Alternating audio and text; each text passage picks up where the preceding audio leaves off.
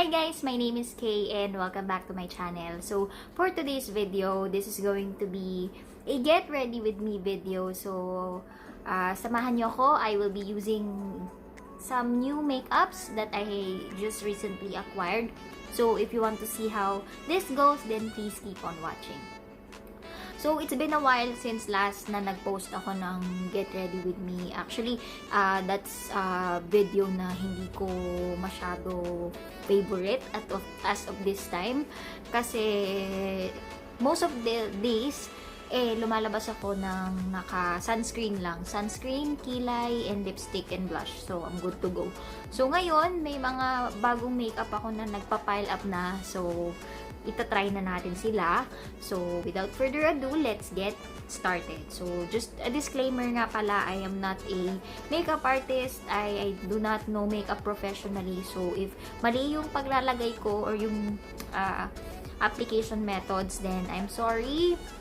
Yun lang yung nagwo-work sa akin. So, let's start with our base. So, as you all may know, my skin type is oily and medium. Parang medyo, feeling ko medium yung complexion ko. So, I have here a sample from Kat Von. This is a sample from Sephora. So, this is the Kat Von D na Lock It Foundation. So, dalawa siya. So, there's a primer and a foundation. So, itry natin sila parehas. Actually, first time ko siyang itatry. So, itry muna natin niya yung primer. Ayan. So, lumabas na siya. So, yan yung consistency ng primer niya. So, medyo white. So, actually, I have nowhere to be. Gusto ko lang mag-makeup. So, medyo meron siyang scent. So, medyo hindi mabango yung scent niya.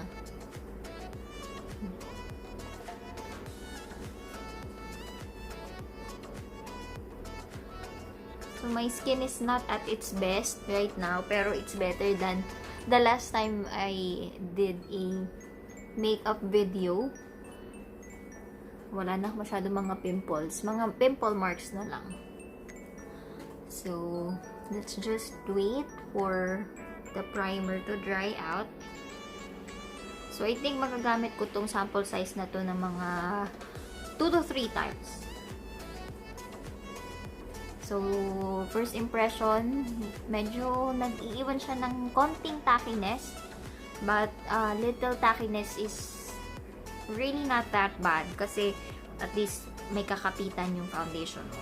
Ito, yung foundation. So, it's the Lock It Foundation. It's in the shade 54 medium. So, tama. Hindi ko alam kung paano nila. Kasi in-order ako sa Sephora online and isa to sa mga samples na nakuha ko.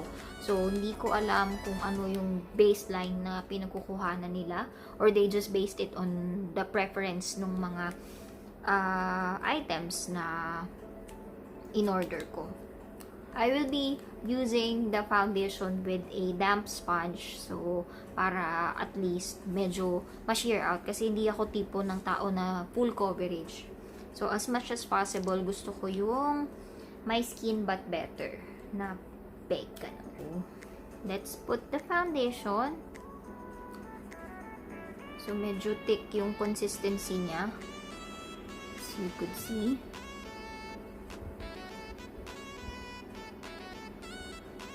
So, yung amoy niya, it smells like the Wet n Wild. Yung parang medyo may amoy siya na parang paint. So, let's use the sponge. First time ko siyang magamit. And it's good that Sephora gives out samples. At least hindi mo kailangan bilhin yung full size. You get to try it first to see if it is a match on your skin. Medium yung coverage niya with the sponge. As you could see, hindi na masyado visible yung mga pimple marks. So, let's do the other side. I have nowhere to be actually. Tsaka hindi pa ako naliligo. I just wanna play with makeup. So, ayan na siya. Coverage-wise, okay naman. Hindi siya masyadong full-on. We'll see if this would last sa mukha ko. Kung magfo-fall apart ba siya agad or what. Maganda siya. See, it's natural. Maganda siya. I like it. But knowing Kat Von D, or most of the makeup sa Sephora, they're a little bit on the mid-range. Hindi siya presyong drugstore. So, that's that. So, next would be concealer. So, the concealer that I'll be using is the one from the Saem. So, this is the Cover Perfection Tip Concealer. It's in the shade 1.5.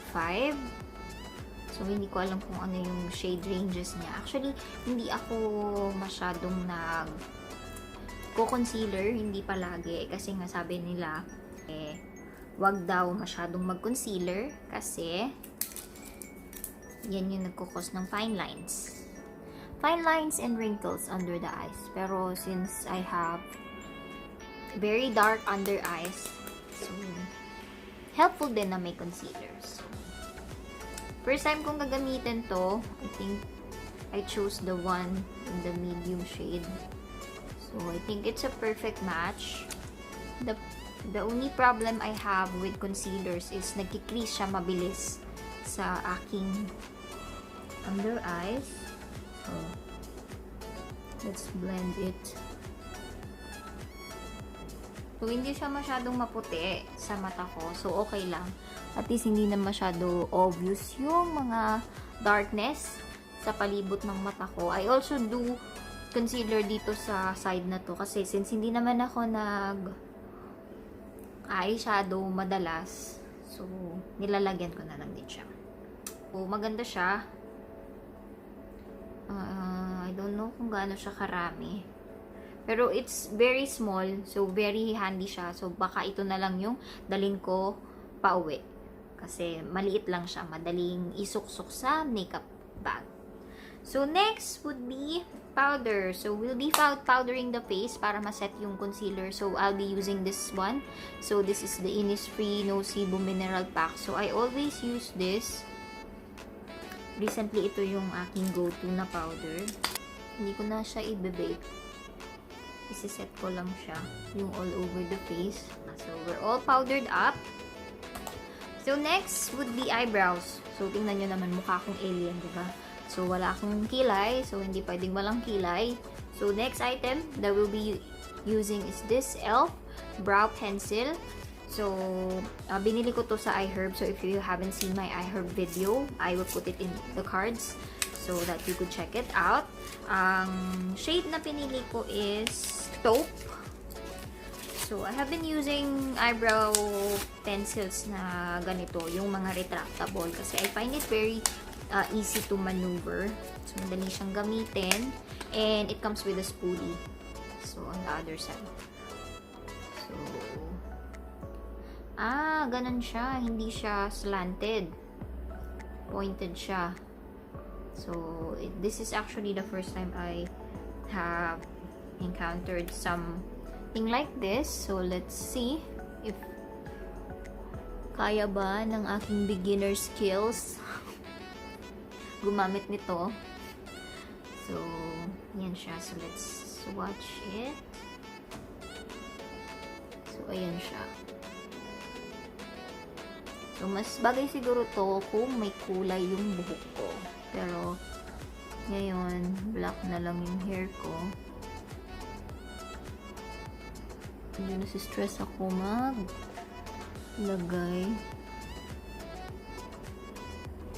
So, hindi siya masyado bet. Basing from the first impression. So, now we're done with the brows. So, next would be blush. So, yung normal na makeup routine ko lang. Walang something special. So, ko lang itry yung mga bagong makeup ko. So, I'll be using this one from NYX, to the Ombre Blush.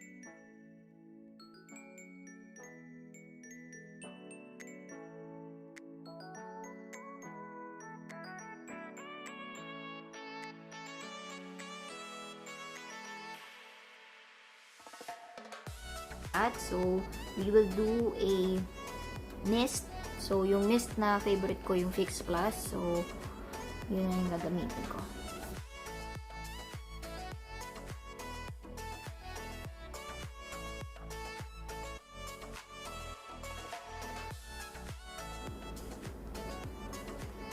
Last item of makeup, yung usual na makeup ko lang, lipstick. So, lipstick, will be using another new makeup product. So, bago siya sa collection ko, it's the Caradium Puka Love Edition Choo Choo Lipstick. It's in the shade number 5, Cream Choo.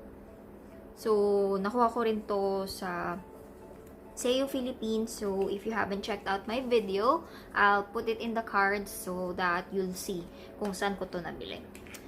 So, excited ako kasi first time ko itong gagamitin. So, this is not actually the first Caradium product that I have used. I have a tint na Caradium, pero I think I'm over with tints. Minsan lang pag tinatamad na ako. So, we'll be using the lipstick. So, ang cute ng packaging niya. As you could see, andyan si Puka. So, Puka is so cute. So, ito siya. So, it's a bullet lipstick. And it's in the shade Choo Choo. So, fresh pa siya. Ngayon ko pa lang siya gagamitin. So, let's give you a swatch first.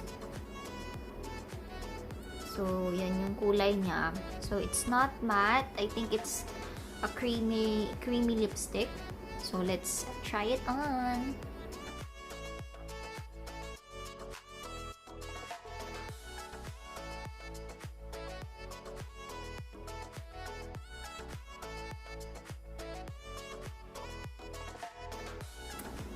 So, that's my makeup look for today. So, simple lang. Actually, pupunta lang naman kami dyan sa labas. But I wanted to try the new makeups and medyo mainit yung panahon. So, matatry natin yung staying power ng foundation. So, yun lang yung makeup ko today. So, simple lang, madaling gayahin. It's for a regular day. So, kung papasok ka sa school or papasok ka sa work, so, yan lang. So, just to give you a quick rundown of the new items that I have tried.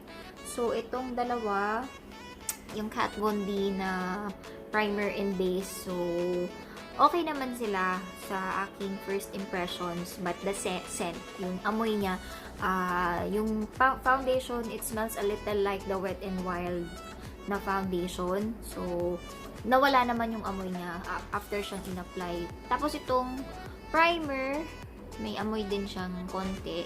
So, we'll see. Pero, based sa application ng foundation, hindi niya na-blur out yung mga pores. So, let's see if it will hold up the foundation in place. The next new item that I've tried, itong e.l.f. na brow pencil.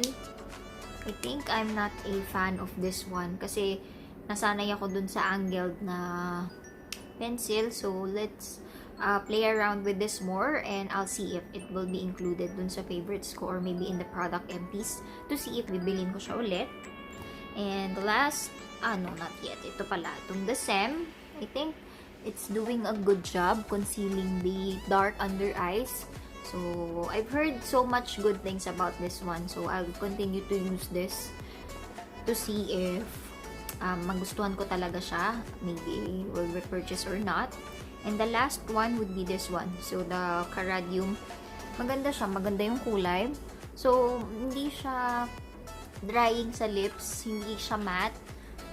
Medyo meron siyang konting sheen. So, okay lang naman. I don't mind a little sheen. Kasi, since nga may mga matte lipsticks na super drying, it's a fresh refreshing change. So, yun lang yung video ko today. So, if you like videos like this, please hit the like button. Comment down below if you have tried these makeup items too. If ano yung experience nyo, if you like some of the makeups that I have used.